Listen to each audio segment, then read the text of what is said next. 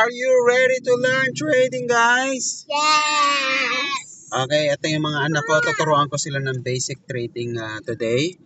So, pakinggan nyo to, guys. So, ginawan ko na kayo ng demo account. So, yung demo account na yon ay may tigwa $1,000. Tapos, ang magiging agreement natin is kapag naging $2,000 yon, okay, ay bibigyan ko kayo ng real money para i-trade. Do you agree? Yes! Okay, so tingnan natin kung ano yung mga basic na kailangan nyong malaman tungkol sa trading. So puntahan muna natin dito sa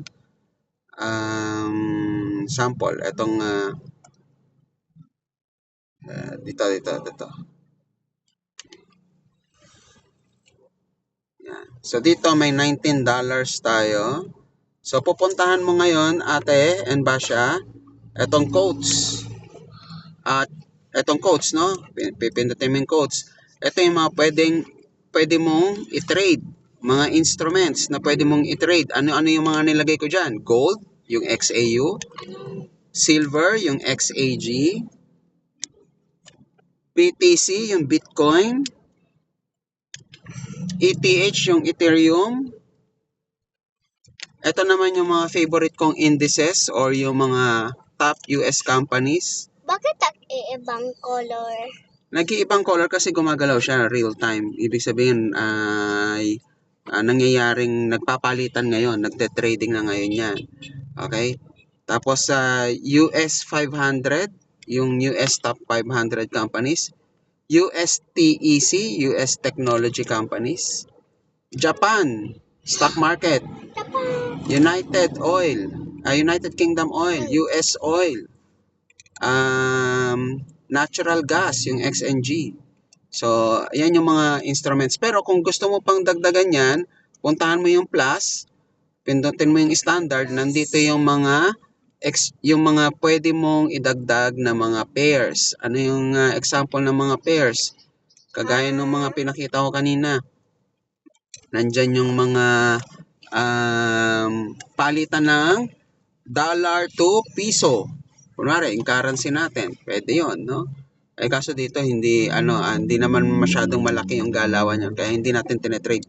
So example is Australian dollars and New Zealand dollars or US dollars.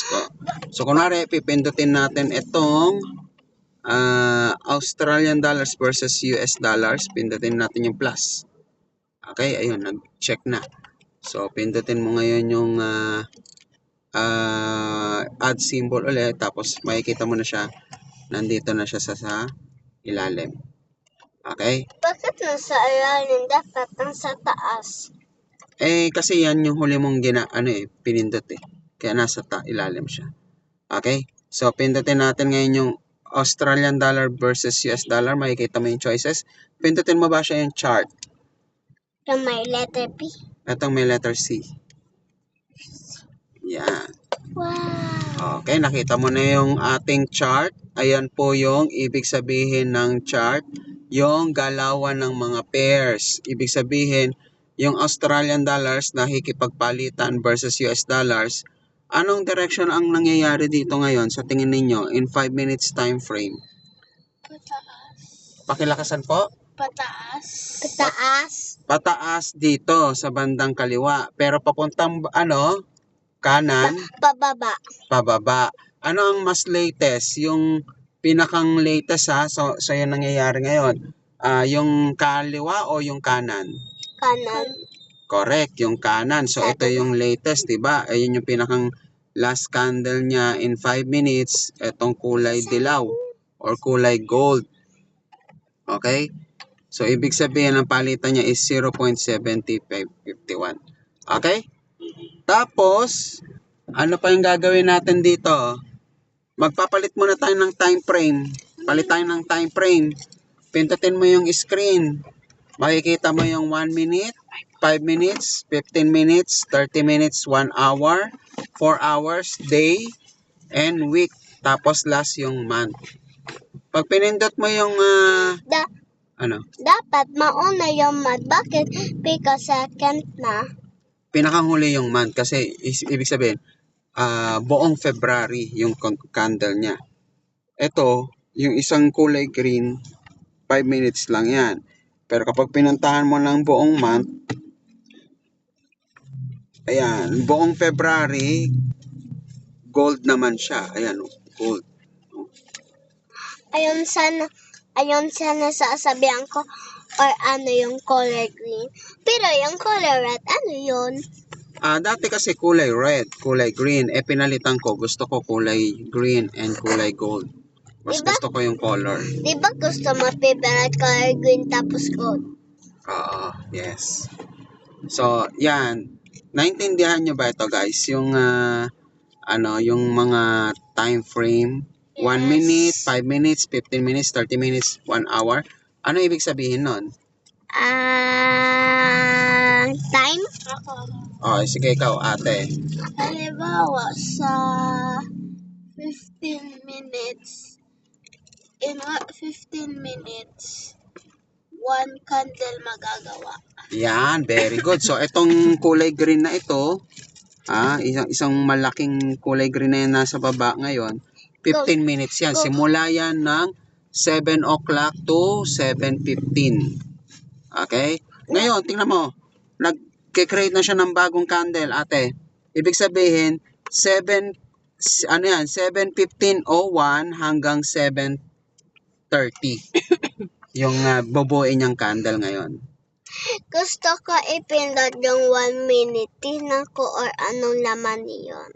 Sige, pindutin mo po yung screen. Pindutin mo yung 1 minute. Ito po yung 1 minute. Yung M1. Yan. So, ito yung candle niya. Simula 7:15:01 hanggang Bakit 7:15:59 seconds. Hanggang parang 7:16. bakit parang pataas? Parang upstairs? Oo nga, pataas na siya ngayon kasi kanina 15 minutes yung candle natin pababa. Pero ngayon, pag nilipat mo sa 1 minute, tumataas na siya. Ibig sabihin, nagbabago-bago siya kasi per minute. Pero dito, mas matagal bago mo makita yung galaw niya dahil every 15 minutes, saka lang gumagalaw yung candle. Ibig sabihin, sa buong 15 minutes, matagal bago mo makita yung movement. Kaya kung gusto mo makita yung pinaka-latest na movement, puntahan mo yung 1 minute, kagaya ng gusto mo mangyari kanina. Kaya ayan, nakikita mo ngayon, tumataas, bumababa. Ikaw naman, te. Ano gusto mong number? 1 hour. 1 hour? Pindutin mo yung 1 hour. Nasaan yun? Yan. Ayan. So, Wow! ibig sabihin naman nito, sige, ano pong puputan mo? Yung pataas. Bakit mataas? So, ibig sabihin nito, every candle equivalent to 1 hour. So, simula kaninang umaga, yan lang yung ginagalaw niya. Akyat, baba, akyat, baba. Okay?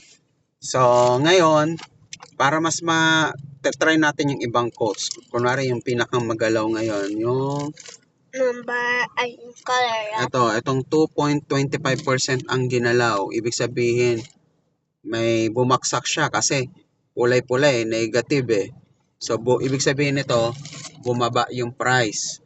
So, tignan natin kung tama ako na bumaba yung price. Ngayon, 63,000 ang Bitcoin. Sana tama. Bumaba ba? Yes. Ay, bumaba nga. Bumaba ba yan? Yeah. Ayan, bakit bumaba? Ano sa tingin mo? Bakit masasabi mong bumaba? Bumaksak? Kasi nipindot mo kaya yung color. Anong color? Hindi, yun, yes. Pinindot ko yung Bitcoin. So, kanina, diba nakita nyo dyan? Negative 2.25. So, ibig sabihin, kaninang buong maghapon, ngayon ay 7 p.m. na, kaninang umaga, nasa 65,000 yung presyo, bumagsak siya ng 2.25%. Ngayon, 63,000 na lang. So, ibig sabihin, kung nag-trade ka kanina, sinort mo siya, nag-trade ako from 65,000, sinort ko. Ibig sabihin, ang hula ko is probability babaksak yung price. Tama ba yung trade ni Daddy o mali? Tama. Tama. Kung nag-trade ako noon na babaksak siya. So kung kung tinrade ko yan, may kita na tayo. Yun ang dapat nyong malaman sa mga susunod na araw. So sa ngayon, ito lang muna yung trading natin para hindi kayo ma-overload. Bukas naman, pag-aaralan natin paano tayo magte-trade. Okay. Okay? So ngayon, ayan na lang muna para may pang-content tayo. Ipopost natin ito sa Facebook, sa TikTok at sa YouTube. Para yung mga subscriber ni Dati may matutunan din, hindi lang kayo. Sabay kayong matututo kasama ng mga subscribers. Okay ba yun, guys? Opo. Are you excited? Yes. Okay. Ang usapan natin, kapag yung 1,000 demo account naging 2,000, anong gagawin? Bibigyan ng totoo pera para i-trade. Then, kapag kumita yung totoong pera na yon, Bibili kahit ano. pwede nyo nang bilhin yung gusto nyo bilhin. No? Ibig sabihin, pinagtrabahuhan nyo na yung pambibili nyo ng school supplies, ng laptop, ng rollerblades, ng ano pa? Roller skates. So, di ba? Mas maganda yon. Okay? So, yun na lang muna guys. So, stay tuned sa mga susunod na video namin at tutorials. Sana na may natutunan kayo and keep on following, subscribe, and pakishare na rin po itong video natin. Ano sa akin, wala akong bibili.